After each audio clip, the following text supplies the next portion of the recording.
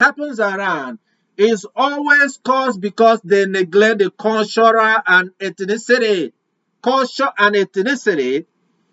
in making and discussing and having an understanding of the nature of the disputes.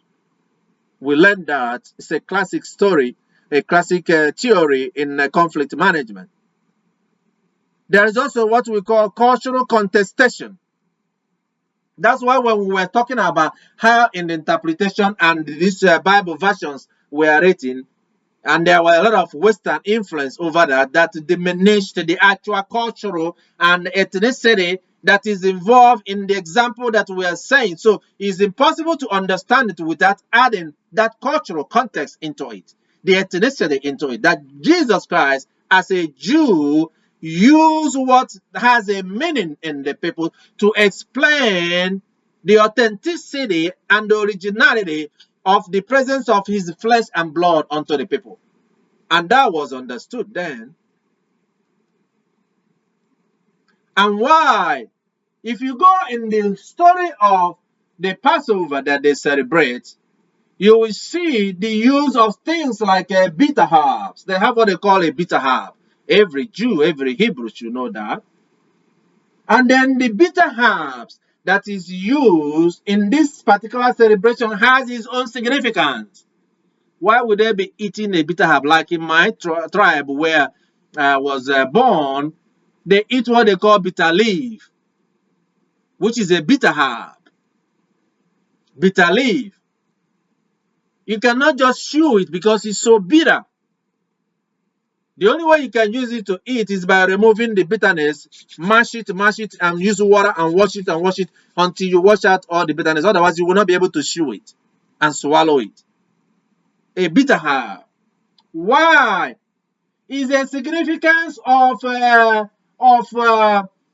redemption from the hands of Egyptians. Remember, the Egyptians were the ones that were enslaved them for 380 years, and the Lord came to deliver them from their hand. But they were embittered because the Egyptians embittered their fathers. So they keep eating the bitter leaf to remember how their fathers was embittered until God came to deliver them. They committed so much sin against them, like some people that are held in bondage around the world, that are in captivity, that is about to be held in bondage in Ukraine unless the Lord intervenes. So it creates a bitterness too and anger. Just like in the church, when the church decided to use and abuse their power over the church of the East in Constantinople, which is like the head of the church in that particular area, Romania, Turkey, and all of that area.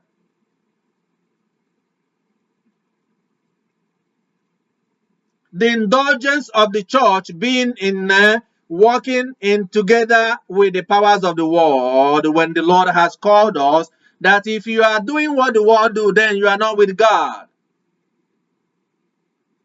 If the world love what you are doing, then you are not with God, you are with the world.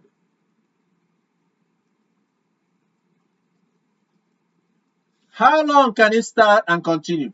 But in order for us as a church to understand it, then you may have to read a Mishnah.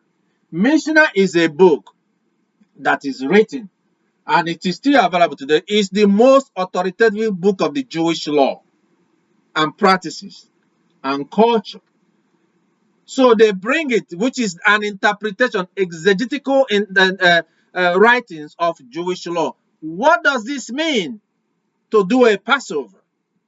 And also, I want to point to you today, too, in the message today, to understand that Passover is different from the communion that was performed, because sometimes people also confuse that.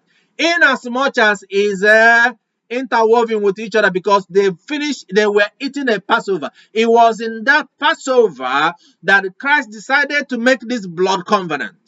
Instead of cutting their blood, their hands, and bringing their blood for them to drink, they decided to make a covenant using the bread and the wine.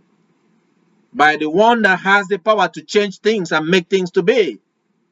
All right. So at that particular point in time, so in doing that, he used that to explain to them in the way they will understand in the celebration of a Passover.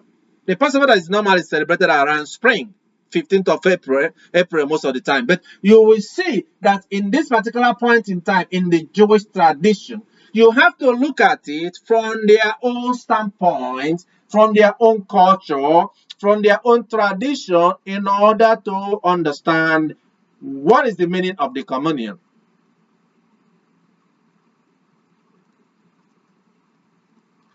This was happening in the days of Gamaliel. Gamaliel is a rabbi that lived around the time of Jesus Christ and was still alive after Christ died. In fact, if you go to the book of Acts of Apostles in chapter 5 from verse 33 to 42, you will see Gamaliel also providing a counsel to the Jewish authority and leadership to spare the life of the apostles that were all arrested and gathered to be executed, because they were talking about Jesus Christ. And he said, let them be. If it is the will of God, who here can stop them? And if it is not the will of God, they will all fizzle out.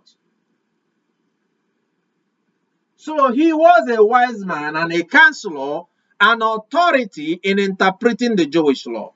And if you look at his writings about a Mishnah, about what a Passover is, then when you read that, you will understand that before he died in 52 AD, which is 52 years after Christ was born, and Christ was alive until 33, and if you take 33 from the 52, those of you that do math, you will see how long more that he lived after Christ died. Right?